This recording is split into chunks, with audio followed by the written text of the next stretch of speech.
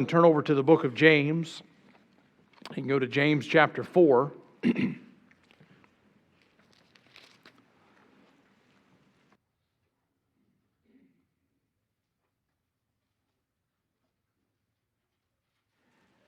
end of James chapter 4, on into chapter 5, and of course there is a chapter break here, but I think the theme definitely ties together.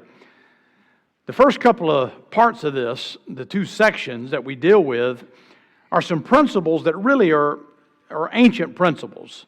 We could go all the way back to the Old Testament, and these principles are established, and probably even common sense or observation.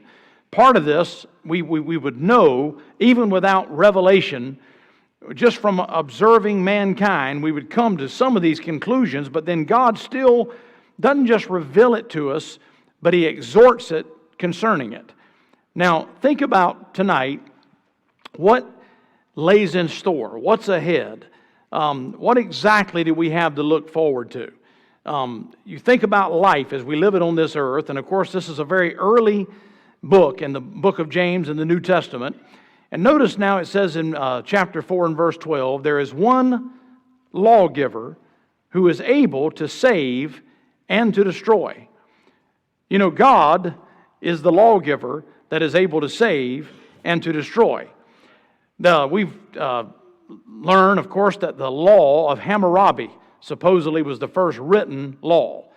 Now, even if it is, and it may be, that doesn't in any way diminish whether or not Moses wrote the Ten Commandments. Of course, he didn't write them on the tables, but before he recorded Deuteronomy and the books of Genesis and Exodus and so forth, the timing really is a non-issue, even though there's some controversy about the timing. Whether Hammurabi's law was written first really doesn't matter.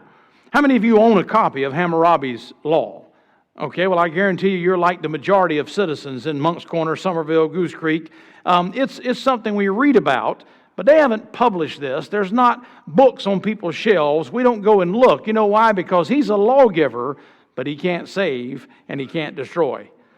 God is able to save and to destroy. He has authority to do that. The only real law that is meaningful would be a law that is based on a true authority. God is the authority.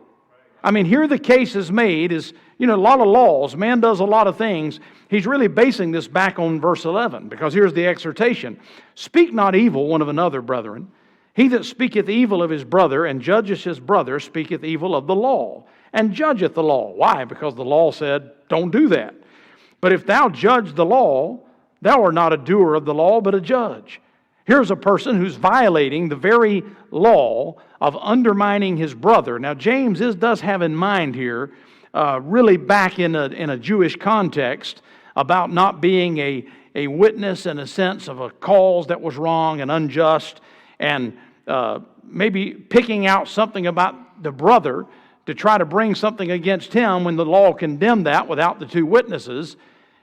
For him to be on that, and yet he himself is breaking and violating the very law. Jesus also warned us about that, didn't He? Judge not, that you be not judged. Now, no doubt people have misunderstood that statement. People have misunderstood judge not to mean that you can't discern. The Bible doesn't say discern not. In fact, it says judge righteous judgment. I have a right to discern, but who is the discernment for? For me. I am supposed to discern for myself. Whose job is it to take care of the person who doesn't discern properly? Not my job. It's God's job. See, judging is bringing to judgment what your job is not. That is, you are doing God's job for Him. Here's what God ought to do. God knows what to do. Now, I can discern. Some people mistakenly think, well, if you judge not, that means you can't ever say anything's wrong. No, I can say something is wrong based on the authority of the Bible, but for what purpose am I saying it's wrong? I'm saying that I know what my responsibility before God is. I'm not going to lighten it up. I'm not going to say it's okay because you're involved in it, but I know whose job it is and who you have to answer to.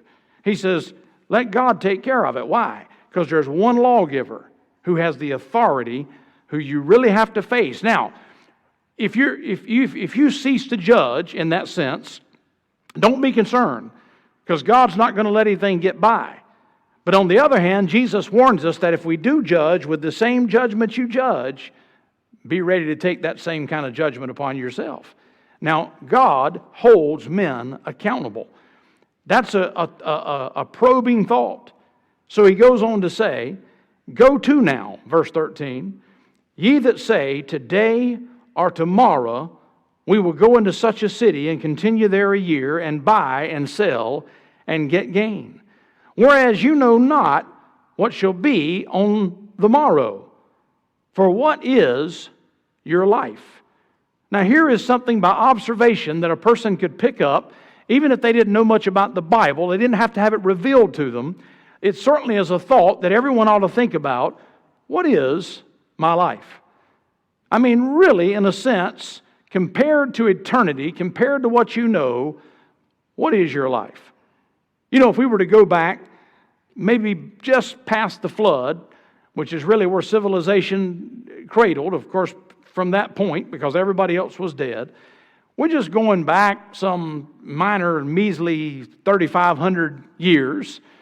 3,500 years in light of history, in light of how long God's been around, is not much time. 3,500 years. What is your life compared to 3,500 years? You know, if a person lived even as old as, say, Methuselah, almost made it to 1,000 years, he's still less than a third of that. I mean, nobody's even come close post-flood to Methuselah or Adam or any of those post or pre-diluvians. Nobody has hit that anymore.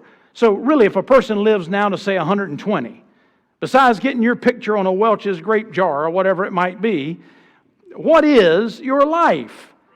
I mean, is life merely the passage of time and experiences? Because if that's all you have, that's not much, is it? It really isn't. So I have here, as I look and say, what's in store about life? Now, what is your life? He tells me. And it's not very pretty. It is even a vapor that appeareth for a little time and then vanisheth away. Now, think about a vapor, because in a sense, a vapor is not nothing. You know, when a kettle, for instance, when the steam comes out of the kettle, if you were to put your finger right over it where it comes out, you'd burn yourself. It comes out at 212 degrees, very hot, and it's burning, and it's so hot and coming out at such force that it actually goes up into the air a good bit, and if you really had a hot kettle, it might even steam up a mirror or something. It's not that it's nothing, but it's not much. It just vanishes. See, your life is important. I mean, God put you here, and isn't it wonderful to live a life on this earth? I mean, somebody asked me the other day, how you doing? And my answer to them, I usually don't answer this way. I said, man, it's a great day to be alive. It is. It's a wonderful time to be here and have God put me here to tell people about Jesus and to live. I mean, sometimes I don't, but I almost feel guilty and say, man, it's just wonderful to be a child of God, and I've got all of this and heaven too. It just gets better. Now, are there trials? Are there difficulties? Are there struggles? Of course. Our head's not in the clouds and think there's no difficulties, there's no trials. But if you can picture this in a sense, it's hard to articulate it. All the trials are exterior. And by the grace of God, I have the ability, by His help, don't always accomplish it, but I have the ability with the power of God to not let that outside get inside. I can have the peace that passes all understanding. What could life do if I have the peace that passes all understanding? I mean, circumstances are still there. They don't go away. But you can't change them anyway. And God gives you peace. And I'll tell you, sometimes the Spirit of God will flood your soul with joy as a Christian, and you think, boy, the world just don't know what they're missing. What is your life? Well, it depends. Is your life a life of a believer, or are you lost? James's thought here is speaking more generically. Why would you say, tomorrow we'll go into such a city and buy and sell and get gain? Now, is that wrong? He didn't say don't plan that. He didn't say, do not plan to go into such a city, make no plans, just get up in the morning and figure it's going to be your last day. That's not what he's saying at all. There's one key that the lost man misses. And it's so important because the lost man says, look, and he's talking about a businessman. Tomorrow I will go into such a city, I'll buy, I'll sell, and I'll get gain. And that's what he's counting on. Now, is that a surety? Do you know for sure you're going to buy and sell and get gain? No, you don't. Now, if I'm not going to be here and I planned that I was going to be, that wouldn't matter, wouldn't change anything. Go ahead and plan it. But don't forget the most important thing of what he says here in verse 15. For that ye ought to say, if the Lord will, we shall live and do this or that. Now, it's not so much that you have to articulate the Lord will. It's not that every time you say, are you going to go to the grocery store today? Well, I will, Lord willing. Just saying it. In fact, some people say it because it's a familiar phrase. They may not even mean it. It's not so much that I've got to use my tongue to make that statement every time I say I'm going to do something, but I've got to recognize God has a will. That's really what it comes down to. God has a will. And I'd better include that in the equation. As a matter of fact, I'd better make that the equation. Now, what's wrong with saying, tomorrow I got a plan. I need to earn money for my family. Not only that, I might get so old I can't work one day. I better come up with a thought of how I might eat when I get that old. That's good stewardship. There's nothing wrong with saying, the way inflation is right now, I better plan real well and do a pretty good job of it. There's nothing unspiritual about planning and saying, I might be here a long time. I'm liable to live as long as some other folks I know. But don't be taken by surprise when you don't. God has a will. But I look at my life and say, you know what? Right now I'm at the part where, comes out of the tea kettle. Now you may not be right at the nuzzle. Maybe you're 6 inches up. Maybe you're 12 inches away from the kettle. And you say, boy, I'm not as hot as I used to be. But eventually it's going to dissipate, isn't it? I've just got to be aware that I don't know what that point of dissipation is. God has a will. But on the other hand, if I know He does have a will for my life, and He has a will and knows what's going to happen, He knows, as the songwriter says, who holds tomorrow, then I look at it and say, well, tomorrow I'm going to go into such a city. I'm going to buy, sell, get gain, if God will. If He doesn't will, I didn't need to do it anyway. So he's simply saying, put God in the equation because life is brief. Now, God's the author of it, one lawgiver, able to save and to destroy. He oversees it, gives us ever how much time we have on this earth. Again, it's not that you don't enjoy every day, but think about life. Sometimes it seems like it drags on. Don't get me wrong. I told the guy the other day, it's a great day to be alive. If you'd have caught me the next day, I'd have said, man, I wish it was yesterday. I mean, everybody's got bad days, right? That happens. Now, if you think about this, I looked this up just real quickly. I did a little calculation. You're not going to check me on it anyway, see if I'm right. So there's about 2.5 billion seconds in an 80-year lifespan, give or take a few million. Okay? 2.5 billion seconds. Now that's a lot of seconds. Do you know how many today, since yesterday at this time, 24 hours, you used up about 85,000 of them in one day? Suppose we go 10 days. That's 850,000 in 10 days in a week of half. So just a little over that, about 12 days, 1 million of them are gone. In 12 days, just a short time ago, you've used up 1 million of your 2.5 billion. Now, 2.5 billion is a lot, but time is ticking by just like that all the time, isn't it? I mean, it doesn't stop. It's not like I'm busy right now, so my seconds are ticking away.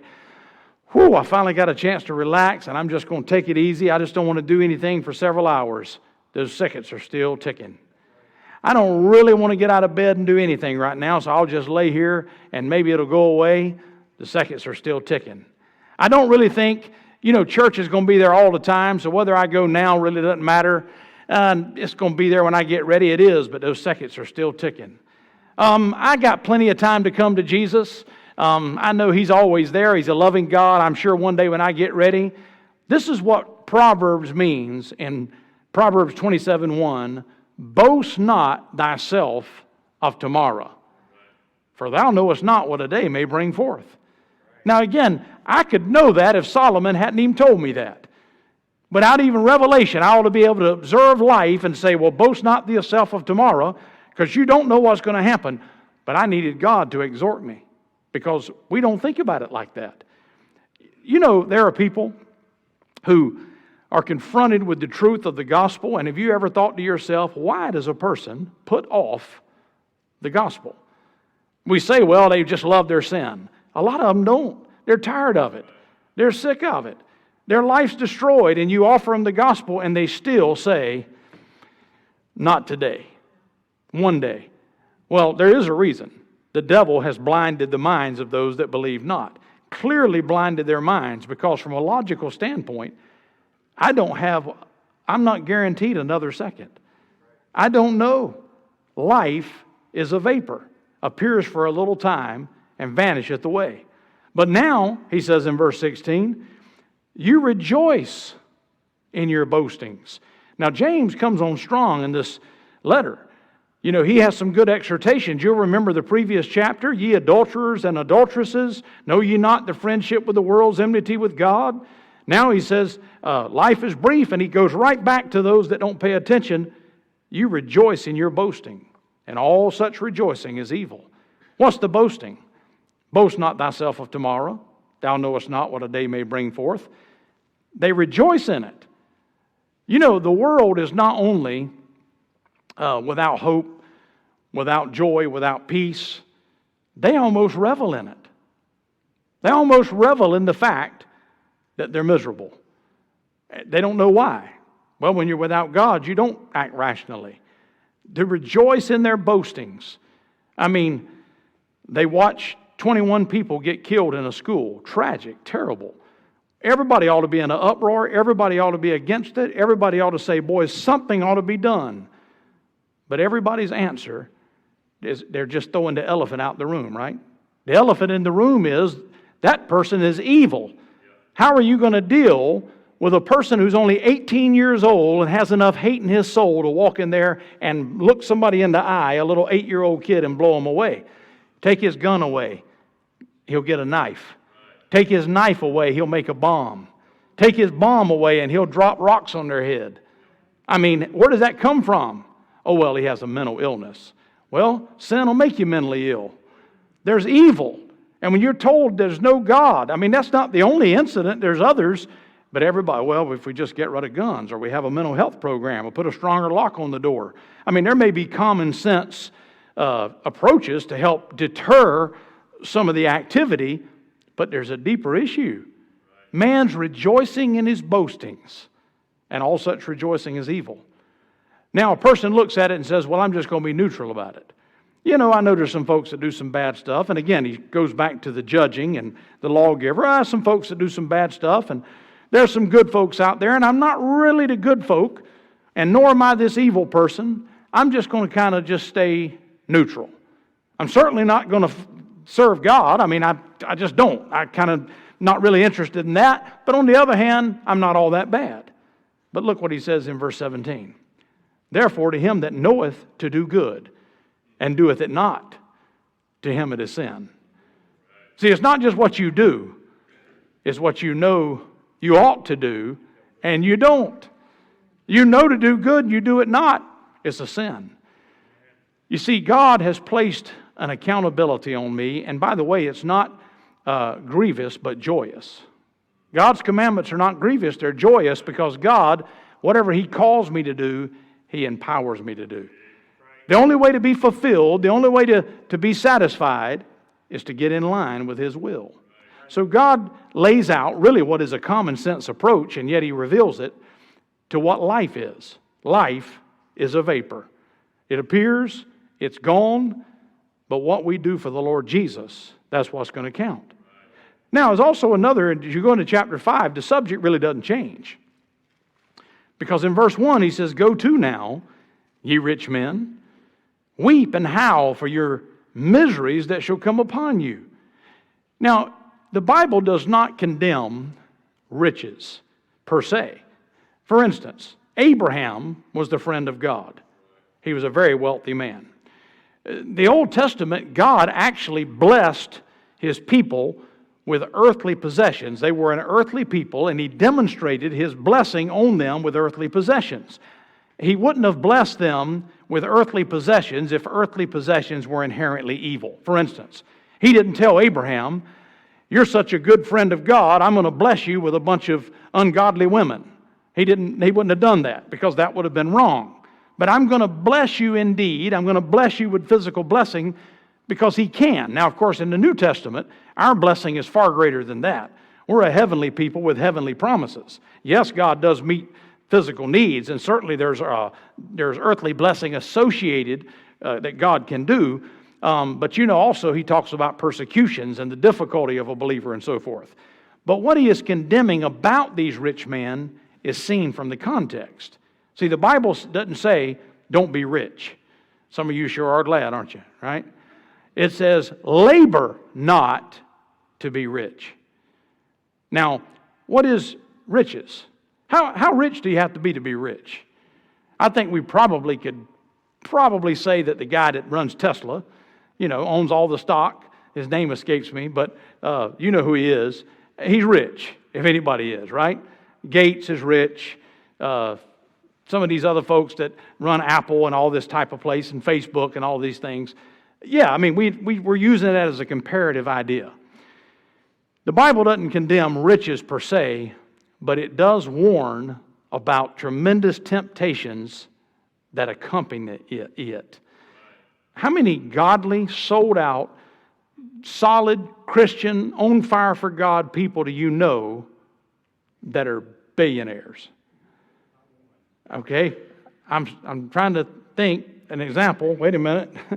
How many sold-out, godly people do you know that are well-known, out there, pushed by the media? Boy, look at this person, what he's done and how successful it is. Not many.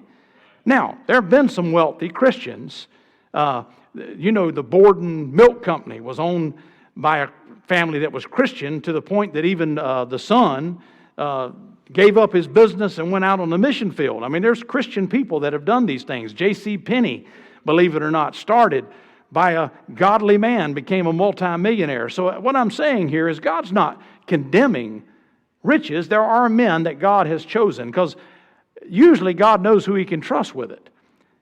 What He is, when it says labor not to be rich, God is condemning the accumulation of riches just for the accumulation. I just want to see how much I can pile up. What are you really trusting? Why are you piling it up if it isn't to give it away? It's just to pile it up because, boy, that gives me security. Well, God's supposed to be my security. Now, I prefaced this with the earlier statement. Does God want us to plan for the future? No, that's good stewardship. I get that. Oh, man, I tell you, my bank account's getting a little big. I better empty that thing out. No, that's the problem a lot of people have. They can't hang on to any of it. But to labor to be rich, you know what happens, though? Here's what happens. A person begins, and God knows who he can trust, he begins to give, and he can't outgive God. And every time he gives, God gives him more back. He's not trying to accumulate it, but it seems like it just wants to accumulate. God does that. But a man shouldn't do it. He shouldn't hang on and say, boy, I better get all I can. Boy, what's my tithe supposed to be today? Well, I only took in $10,433, so let's see, that'd be $1,400, and I wonder if they'll take half a penny. I mean, if you want to get it down just to that 10% and make sure you don't give a penny more, maybe you better just keep it. I mean, you're supposed to give with a cheerful giver. Grudgingly, oh boy, I don't want to do this because God might not bless me or something. How about a joyful giving? God's given me this much, and have that much abundance. Maybe I ought to just give some more. Well, that's what happens, and then God blesses. So He's condemning not just a person with a large bank account. Now, most of us were pretty comfortable anyway, so okay, we weren't too worried. I figured He wasn't talking to us, but He's talking to those who seek to accumulate, to the detriment of others. You notice this in the context. Go to now, you rich men. Weep and howl for your miseries that shall come upon you. Your riches are corrupted. Your garments are moth-eaten. Your gold and silver is cankered, and the rust of them shall be a witness against you. You shall eat your flesh as it were fire. You have heaped together treasure for the last days. Think about the folly of doing that. I'm going to heap together my treasure for the last days. What good is it going to do you then in the last days? That's what I'm heaping it together for. I mean, there comes a point where you're beyond just reasonable security. Now, if God gave it to you, and you're giving, you're meeting your responsibility, and you're blessed of God, praise God. But when you're getting all you can and canning all you get, he says, the moth are going to eat it. It's going to canker. What value is it when that vapor dissipates? That's what his point. He's saying, hey, there's no value in it. Behold the hire. Now here's where it gets to showing you what we're looking at. Behold the hire of the laborers who have reaped down your fields, which is of you kept back by fraud. See, this is sort of in the context of this, a person who owned a large farm. And here he has used labor and hadn't paid them fairly. I mean, we're not just talking about a person who gives to the church. James not even using that context. What about just reasonable decency to other human beings? I've got some folks that work for me. I got plenty of money, but I don't believe they're worth a living. In fact, I found out a way I can beat them out of a little bit of it. He's basically rebuking them to say, you have by fraud kept back wages that they ought to have gotten. You know, back in the time when slavery took place in the United States, and I don't think any of us would advocate for forcing somebody to be a slave, you know, and beating them and making them stay there when they don't want to be, not at all. But in the context of that, culturally, there was slavery on plantations. In other words, today we have migrant workers. They actually get a paycheck. They came over from Haiti or wherever it might be, and they worked. I mean, really, if they changed their mind and said, well, I don't like this, where are they going to go? I mean, they pretty well stuck until they finish their tour, but they get paid and you take care of them. But think about during the time when slavery took place, and here a slave owner owned slaves. They worked for him. They bought them. They put them to work. There were different slave owners. Some slave owners were known to be terrible to their slaves, barely just kept them alive so they could work them, and that was it. Others almost treated them like family. You know why? More than likely, they were Christians. They were believers. Even in the cultural context of slavery, it never occurred to them, maybe there was something wrong with that, but hey, I've got these people. I'm not going to be dishonest with them. I'm going to treat them right. If they work hard, I'm going to reward it. He's saying these rich men that he's condemning would even look at a person who maybe were working their farm, and even the person on that menial level, barely scraping by, and try to defraud them out a little bit of their wages, just so he could keep a little bit more of it. Now, he's condemning this because what were they heaping it up for? The last days. I'm going to have it down at the end. What good is it going to do to you then? You can't take it with you. It's not going anywhere. What did somebody say? They've never seen a hearse with a trailer hitch on it, right? If you did, it was to pull the family's car or something, I guess. Now, he deals with your life. He deals with laying up treasure. And then look at verse 7, just to finish this up. Be patient, therefore, brethren. Now, he's kind of shifted here. He's talking to those that didn't view life correctly. He's talking to those that laid up their treasure wrongly. But he says, brethren, be patient. Yeah, there's some folks out there that are living for this world completely that maybe cause you some problem, but be patient, brethren, until the coming of the Lord. Because he's telling us, here's what's in store, is we can look for the Lord. Isn't that something in the very first century, you've already got a preacher preaching about the second coming. Paul says, we, which are alive and remain, shall be caught up. Paul said, I believe Jesus has promised. I'm thinking it might be in my lifetime. Every Christian can expect it to be in his lifetime. We have that hope. For the believer, the blessed hope. For the world, the revelation coming later than that, it's a terrible thing, but for the believer, the blessed hope. Be patient, brethren, unto the coming of the Lord. Behold the husbandman, and this is the illustration he's using of Jesus. Behold, the husbandman waiteth for the precious fruit of the earth, and hath long patience for it, until he receive the early and the latter rain. Be ye also patient. Establish your hearts, for the coming of the Lord draweth nigh. There's one thing for sure, it's closer today than it was yesterday. Grudge not one against another, brethren, lest you be condemned. Behold, the judge standeth before the door. You know, Jesus is like a husbandman. Right now, the seed is being sown. It's our job to sow the seed. He's a husbandman, but he's patient. It's interesting, the patience here, Jesus is the husbandman being patient, waiting for that seed to take fruition, because that's a powerful seed. The seed is the Word of God. When the early and the latter rain comes, he knows. And then, of course, at the end of the world, the angels will come to sever the wicked from among the just, cast them into a furnace of fire at the end of the mystery of the kingdom of heaven. But the thing is, there is going to be a reaping, a positive reaping. And he says, Jesus is patient. He's patiently waiting. But you also can patiently wait, knowing that the time will be right.